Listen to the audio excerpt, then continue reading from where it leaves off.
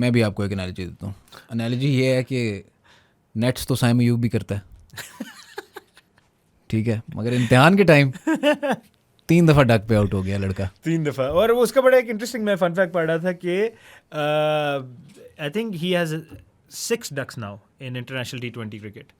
And उसने बाबर आजम से याद आया कि एक हमारी ऑब्वियसली पाकिस्तानी मीडिया काफ़ी एंटरटेनिंग है, आई फील लाइक, जो ख़ास तौर पे न्यूज़ एजेंसीज़ हैं.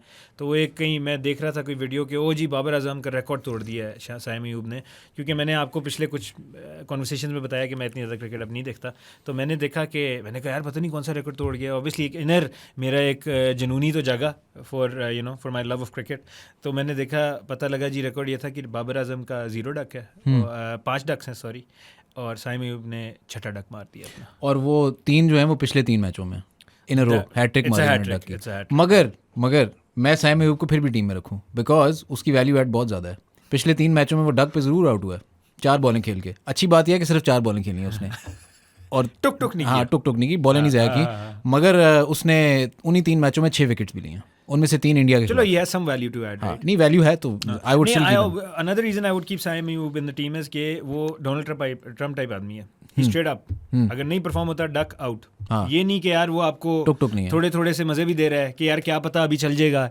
10 रन कर दिए 20 बॉलों पे और बस उसके बाद ऐसा मेरे ख्याल में कहने लगा था कौन कर रहा है, मगर वो मेजॉरिटी हमारी टीम करती है. वो लिटरली वो एक ऐसे लेवल पे होते हैं जब वो चाह रहे होते हैं कि यार हम कुछ कर जाएं ताकि वो जो है यार हो जाए. 2 प्लेयर हैं बी ग्रेड कैटेगरी के, एक का नाम शायद बाबर है और एक का नाम शायद रिजवान है. वो भी यही करते हैं. मैं आप मगर इन ऑल सीरियसनेस आज आके है बाबर आजम इनका जो है वो किंग ही है, इनका किंग है, स्टार प्लेयर. और ये जो कल हम यूएई से भी मैच हारने लगे थे, ओह या अबाउट दैट, वो भी एंड में आपको स्टार प्लेयर नहीं आके जिताया यार. मैं आपको वो जो एक स्टार प्लेयर बच गया ना हमारी टीम में, शाहीन अफरीदी. मैं आपको एक बात बताता हूँ, आप सुन के बड़े खुश होंगे कि मैंने कल पहली बार बड़े अरसे बाद पाकिस्तान का एक पूरा मैच देखा. पूरा भी नहीं, मैं साथ साथ मैं कोई काम कर रहा था, साथ साथ मैं फॉलो कर रहा था. मुझे पता लगा कि जी पाकिस्तान यूएई का मैच हो रहा है. आई वाज लाइक चलो I would love to watch a Pakistan game, always did. तो कल मैंने देखा और मुझे अपनी पुराना ट्रॉमा याद आ रहा था कि यार ओ शिट, शायद हम फिर से हारने लगे हैं. जहाँ पे उनका स्कोर 77-2 था, शायद नहीं 77-2 नहीं था, मेरे ख्याल में पीछे ही था. हाँ हुआ था, 2 बॉयज़ पहुँच गए. नो ये वही होने वाला है. नहीं वो देखें, ये हम एंटरटेन करते हैं इस तरह. ये ठीक है, इंडिया से हम हारे होंगे मैच, मगर ये देखें अफगानिस्तान के खिलाफ भी हमने एंटरटेन किया. असल में ना अगर एक डिफेंडेबल स्कोर हो ना, I think 150 is a defendable score of course against someone like a UAE or Afghanistan के खिलाफ शायद 140 था. I personally feel like 150 is a defendable score. Bowling में हम कर लेते हैं उसे. हाँ अगेन करते थे, नहीं कर सकते, नहीं कर लेते हैं. UAE जैसी टीमों को, UAE अफगानिस्तान, वो इंडिया के खिलाफ obviously we need. I honestly feel like अगर इंडिया के साथ हम कोई 150 या 160 भी मार देते ना, तो bowlers have something to bowl for, right. But जहाँ पे आप आउट ही, कितने पे आउट हुए हैं हम इंडिया के साथ, चेक करके बताता हूँ एक सेकंड.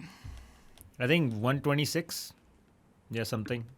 तो ऐसा स्कोर तो बॉलर्स के साथ भी जाती है यार. वो क्या रिकवरी मारेंगे, क्या इंडिया के साथ हम आउट हुए थे 127 पे. देखें मुझे उसमें भी जो मेजॉरिटी जो स्कोर था शाहीन अफरीदी ने किया था 33 एंड में, लास्ट 16 बॉल्स पे. सिर्फ शाहीन अफरीदी का ही, कल वाले मैच में भी यही हुआ है, सिर्फ शाहीन अफरीदी का पिछले 2 मैचों में स्ट्राइक रेट 200 से ऊपर है. चलो उसमें आई थिंक कुछ तो अपने फादर इन लॉ के नहीं ज़रूर आदत आई हैं. तो चलो यूएई का मैच तो हो गया. पाकिस्तान आई थिंक आराम से सेकंड राउंड में देखते हैं क्या होता है. आज सुपर फोर्स में चला गया ओमान से जीत गए हैं ना. Of course. तो अब वो देखते हैं क्या होता है. मगर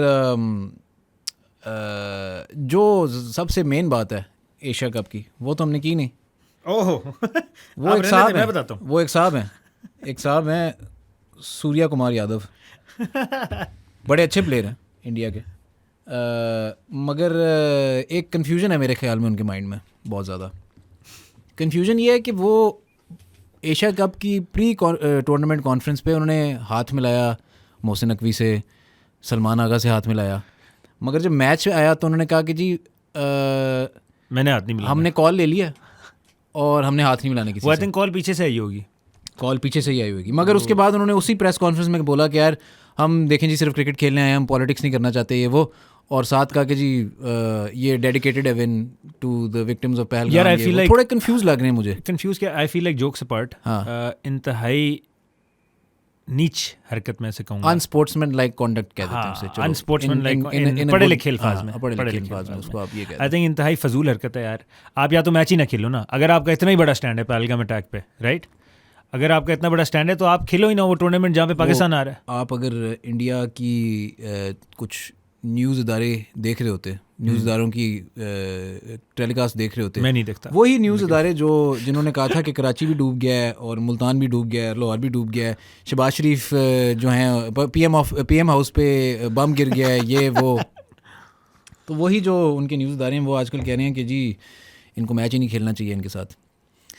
तो आई गेस थोड़ा सा प्रेशर बन गया होगा उधर यार मेरे ख्याल में और प्रेशर, देखें अब इंडिया में जो कल्चर है ना वो ये है कि आपके सारे बड़े सेलिब्रिटीज़, अभी पीएम साहब उनके की बर्थडे गुजरी है, 75वीं बर्थडे गुजरी जी है, जी जी बिल्कुल, तो क्या आ रहा था कि जी शाहरुख खान, आमिर खान, मोहम्मद सिराज, ये वो सारे, करण जौहर, हैप्पी बर्थडे नरेंद्र यार वो मोदी, उन्होंने ये वो अपनी चल रहा है। ऑब्वियसली एक प्रेजेंस तो डालनी है ना, अपना रिकॉर्ड कराना है अपना ग्रीटिंग, तो वो ना करें तो उनके लिए मसला है। अब देखें आप पाकिस्तान में भी शाहरुख खान जिसने मैं हूं ना जैसी फिल्म बनाई जिसमें वो पाकिस्तान आर्मी के साथ काम कर रहा था, वो अब बना रहे फिल्में लाइक पठान।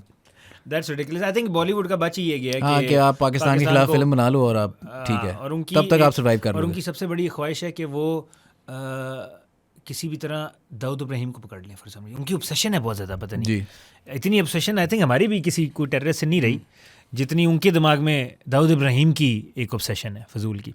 खैर, coming back to the point, I feel like जो आप बात कर रहे थे मुझे एक बात याद आई उससे कि यार हर सेलिब्रिटी जाके करण जौहर, शाहरुख खान वगैरह सारे विश यूँ कर रहे हैं मोदी साहब को, तो अगर यार हमारे सेलिब्रिटीज़ भी, हमारे पॉलिटिशियंस भी आसिम मुनीर साहब को विश नहीं करेंगे तो उनके लिए ऑब्वियसली तो यार सबकी रिंगटोन है आजकल आसिम मुनीर वाली।